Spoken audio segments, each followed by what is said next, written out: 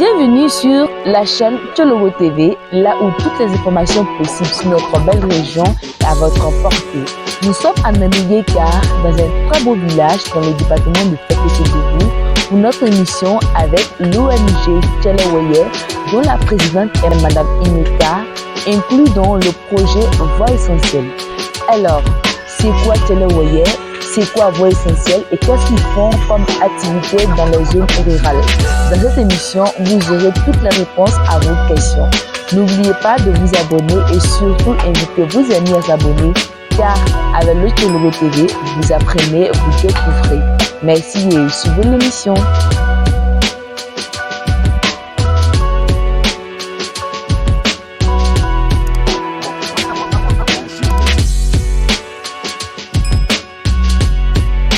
Je suis Ouattara Ninemoinkie, épouse Ineka, présidente fondatrice de l'ONG Tchologo, qui signifie Femmes Levons-nous en langue sénoufo. Et Tchologo œuvre pour le bien-être de la femme. Notre vision, c'est l'épanouissement de la femme. Et Tchologo, bien qu'on dise signifie Femmes Levons-nous, Tchologo œuvre, je l'ai dit tantôt, pour le bien-être de la femme, l'éducation, la santé, la paix et la cohésion sociale. Tout ce qui concourt au bien-être de la femme. Nous travaillons sur la question de l'éducation, parce qu'en réalité, même Tchologo a été créé parce que nous avons voulu mettre un accent sur la scolarisation de la petite fille. Alors, nous parlons de scolarisation, nous soutenons la scolarisation. Nous faisons la lutte contre les violences basées sur le genre, par la sensibilisation, les formations. Et dans le cadre du projet Voix essentielle, nous travaillons au niveau de Fekete-Dougou, dans la région du Tchologo, bien sûr. Nous travaillons dans 3 sous-préfectures qui font le département de Fekete-Dougou. Et il s'agit de quoi? Donc, Voix essentielle. Voix essentielle permet à la femme de s'affirmer. C'est une initiative de Speak Up Africa. Je tiens à leur dire merci, parce que c'est notre partenaire technique et financier, Speak Up Africa, qui nous met à disposition les fonds pour que nous puissions venir travailler avec les femmes, les former, les sensibiliser, et aussi les différents leaders communautaires. Nous ne pouvons pas travailler pour l'autonomisation de la femme sans associer l'homme ici, en pays sénoufo, il faut dire dans la région, dans nos villages, dans les zones rurales. Il est bon d'associer les hommes. C'est pourquoi, avant l'entame de notre travail, nous voyons d'abord les leaders communautaires, les chefs de village, les chefs de campement. Nous voyons les différentes autorités qui ont bien voulu nous soutenir et les différentes organisations qui travaillent dans la localité de faire que dans la synergie d'action avec les membres de la plateforme VBG de Fekete-Dougou, nous travaillons en bonne et due forme pour accompagner les femmes. Nous avons fait des formations, nous avons fait des ateliers de formation à Togoniré, sous-préfecture. Nous avons fait des sensibilisations dans certains villages et nous avons fait aussi des ateliers de formation au niveau de Fekete pour mieux comprendre, comment je peux dire, mieux orienter nos actions, surtout en synergie d'action avec les autres acteurs qui sont dans le département.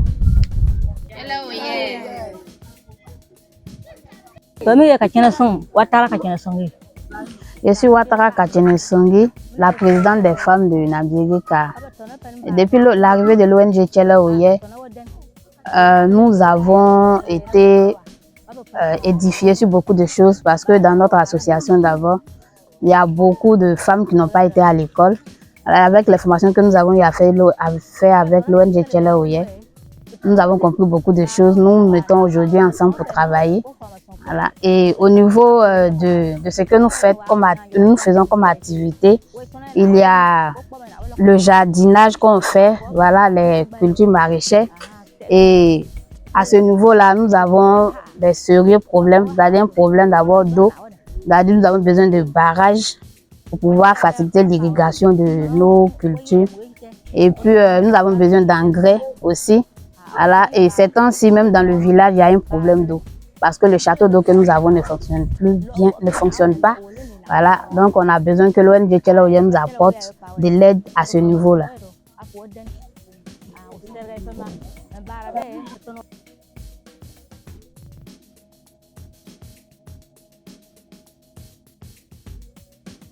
D'accord. Alors, Tchologo, comme je l'ai dit, il signifie Femmes Levons-nous. Femmes Levons-nous pourquoi? Pour notre autonomisation. Autonomisation à plusieurs niveaux. L'éducation, la santé, la paix et la cohésion sociale, la lutte contre les violences basées sur le genre. Voilà un peu les domaines dans lesquels nous intervenons. Et notre siège, nous avons notre siège social au niveau d'Abidjan, le Pougon. Nous avons un bureau au niveau de Fek où nous travaillons beaucoup. Nous sommes très engagés dans la localité de Fek, ici, surtout dans les villages. Nous travaillons plus avec les groupements de femmes et qui, c'est vrai qu'elles sont organisées, mais beaucoup sont encore à l'étape informelle. Donc nous accompagnons à ce qu'elles puissent travailler ensemble, comment elles peuvent gérer leurs activités pour que ça puisse avoir de l'impact sur elles. Au-delà de cela, Tchela Oye, il faut dire à l'initiative, c'était pour la scolarisation de la petite fille. Parce que moi-même, je peux dire que je suis une survivante de violences basées sur le genre. Et quand j'ai eu la chance d'aller à l'école, j'ai décidé de me mettre à la disposition de ma communauté.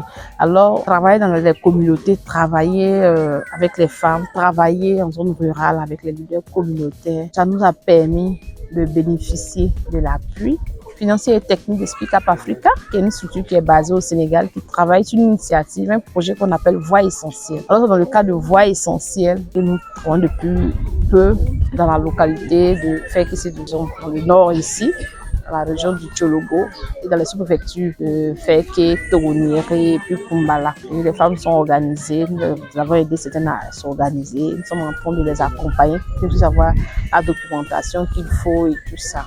Voilà. Pourquoi le Nord? Le Nord parce que, et comme je l'ai dit tantôt, nous travaillons en communauté. Je suis née dans le Nord et j'ai vu un peu la souffrance de nos femmes.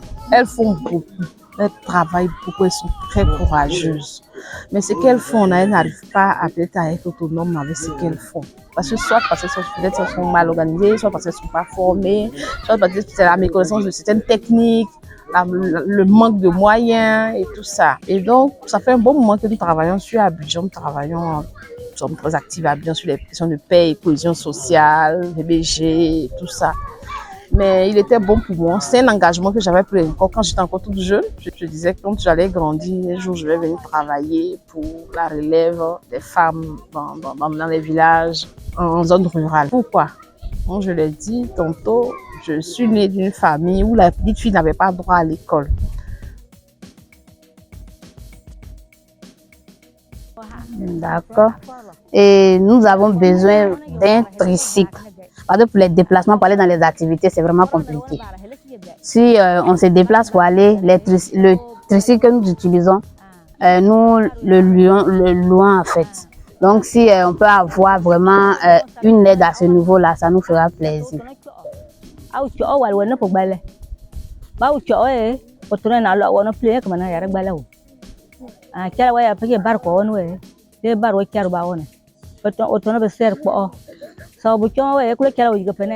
Alors, elle dit aussi que depuis l'arrivée de l'ONG Tchela Oye, elles ont appris à travailler ensemble après les formations qu'elles ont suivies avec l'ONG Tchela Oye, qu'elles ont reçues. Voilà. Et qu'elles ont besoin elles ont besoin d'eau pour pouvoir faire leurs activités, c'est-à-dire les cultures maraîchères. Alors, quand elles cultivent, elles ont un sérieux problème d'eau. Même dans le village, présentement, il n'y a pas d'eau. Donc, elles ont besoin d'aide pour pouvoir régler ce problème. Le château qui est là, qui ne fonctionne pas bien. Et que si l'ONG Tchela Oye peut les aider à avoir vraiment de l'engrais, des semences pour pouvoir faciliter leur activité, ça leur fera plaisir. Je m'appelle Ouattara Sokontele, je suis de Toulouse.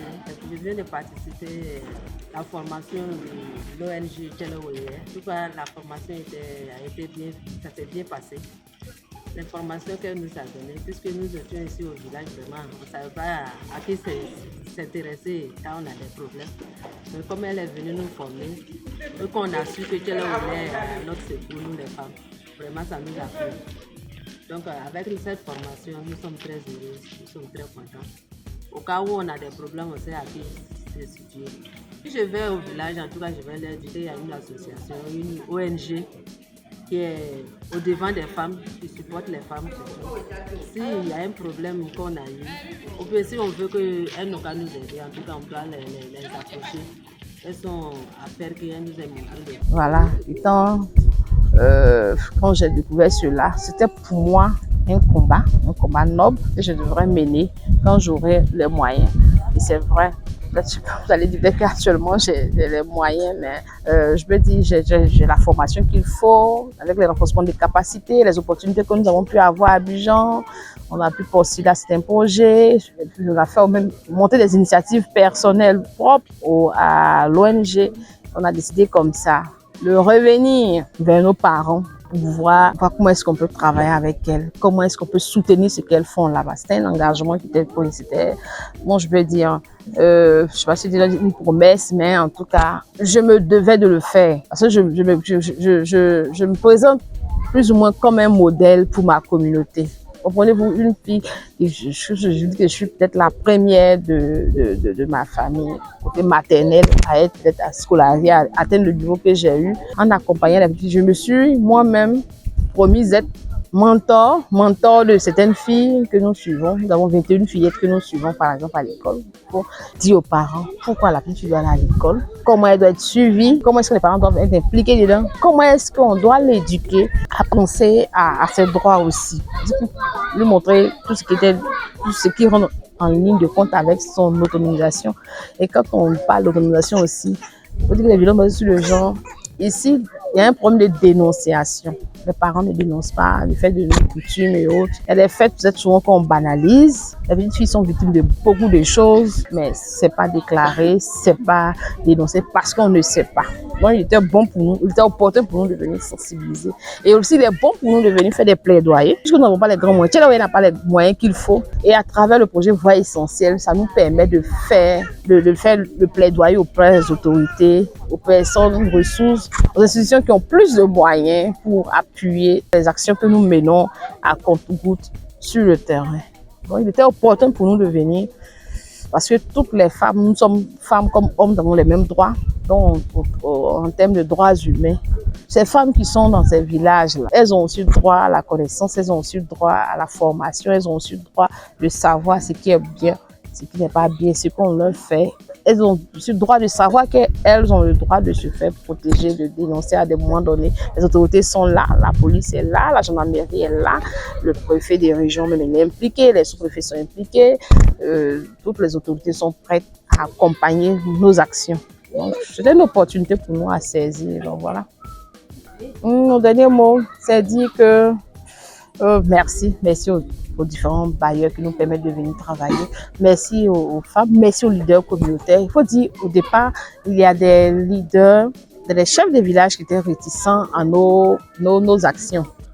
Parce que le nom Tchèlaoué même, c'est une problématique. Le nom Tchèlaoué même était un défi. Il faut dire Tchèlaoué ici, le peuple Niarafolo, bien le peuple Palaka, Tchèlaoué, c'est les femmes le vont. Vous venez pour révéler nos femmes. Mais quand on explique pourquoi nous sommes là, c'est des échanges que nous faisons, des focus group, des entretiens individuels nous permettent de déceler les difficultés qui sont là et puis ensemble, comment orienter nos plaidoiries.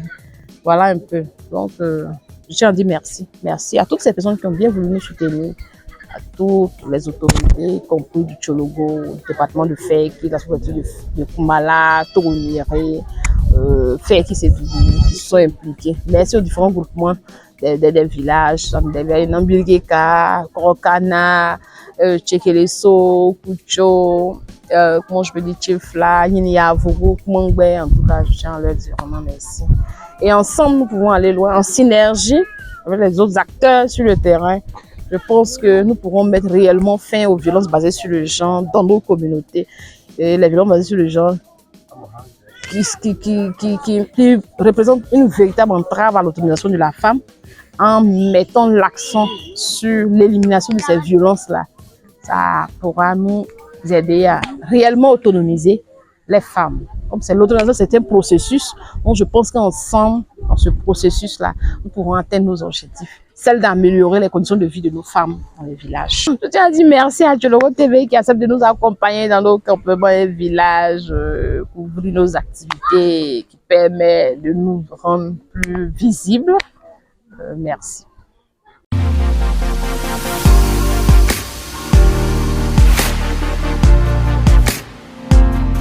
Tchèlaoué